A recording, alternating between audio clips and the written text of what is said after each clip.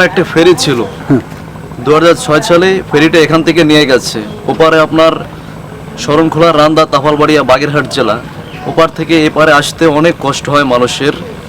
এখানে হলো পিরোজপুর যেতে, আপনার চণ্ডীপুর, জিয়ানগর, সন্ন্যাসী, চরখালি এই লাইনে যেতে অনেক কষ্ট হয় যাতায়াত করতে। এখানে একটা খেয়াঘাট আছে, আমাদের মা বোন কত ছেলে বাচ্চা কাচ্চা নিয়ে আমার চলতি কত কষ্ট হয়। এটা আমি সরকারের কাছে আবেদন করব যেন এইটা সে ফলো করে, কিভাবে এই ঘাটটা এই পথটা ভালো হয়।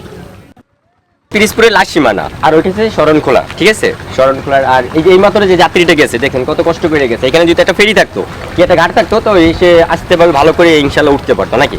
তো আমি একটা রিকোয়েস্ট করতেছি যে এইখানে একটা ঘাট দরকার। যদি ঘাটটা থাকতো তাহলে এই কষ্টটা আর হইতো না, আর ইনশাল্লাহ আমাদেরকে যে মা বোনরা তারা সবসময় ভালোভাবে যেতে পারতো। পানি উন্নয়ন বোর্ড বাগেরহাটকে আমরা চিঠি প্রদান করলে তারা জবাব দেয় যে এটি পানি উন্নয়ন বোর্ড খুলনা দেখভাল করে। তো সেই হিসেবে আমরা পরবর্তীতে পানি উন্নয়ন বোর্ড খুলনাকে চিঠি লিখি পর্যাপ্ত জায়গার জন্য এবং সংযোগ সড়ক স্থাপনের জন্য, বা তাদের উন্নয়ন কার্যক্রম যেহেতু চলমান রয়েছে তাদের সাথে কোনো বিষয় সাংঘর্ষিক আছে কিনা। এই বিষয়ে আমরা পানি উন্নয়ন বোর্ড খুলনাকে চিঠি দিয়েছি এবং তাদের কাছ থেকে এখনো আমরা জবাব পাইনি। তাদের কাছ থেকে জবাব পেলে এবং ঊর্ধ্বতন কর্তৃপক্ষের অনুমোদন ক্রমে আমরা ফেরিঘাট স্থাপনের বিষয়টি এগিয়ে নিয়ে যাব ভবিষ্যতে। আমি আবু জাফর, আর এখানে বাগেরহাট পিরিজপুর জেলার অন্তর্গত জিয়ানগর এবং সন্ন্যাসী খেয়াঘাটের আমি সাবেক একজন ইজারাদার। এখানে আপনার সরকারে আমরা প্রতি বছরেও আপনার ইজারা দিয়ে আসি।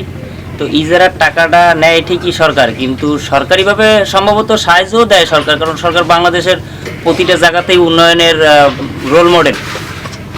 এখানে সরকারের যে আপনার ঊর্ধ্বতন কর্মকর্তা আছে, সরকারি জেলা প্রশাসক, তারপরে আপনার আপনার ইউপি চেয়ারম্যান, এরকম যারা আইন ঊর্ধ্বতন কর্মকর্তা আছে তারা যদি এই ঘাটের দিকে একটু খেয়াল রাখে, যেরকম বর্ষার মৌসুমে আপনার এই ঘাটটার ভিতরে আপনার অনেক পানি হয়, জোবার পানি আসলে আপনার অনেক স্কুলের ছাত্রছাত্রী আসে, তারপরে মাদ্রাসা আছে সামনে একটা বালিপাড়া মাদ্রাসা, ওইখানের কিছু মহিলারা আসে।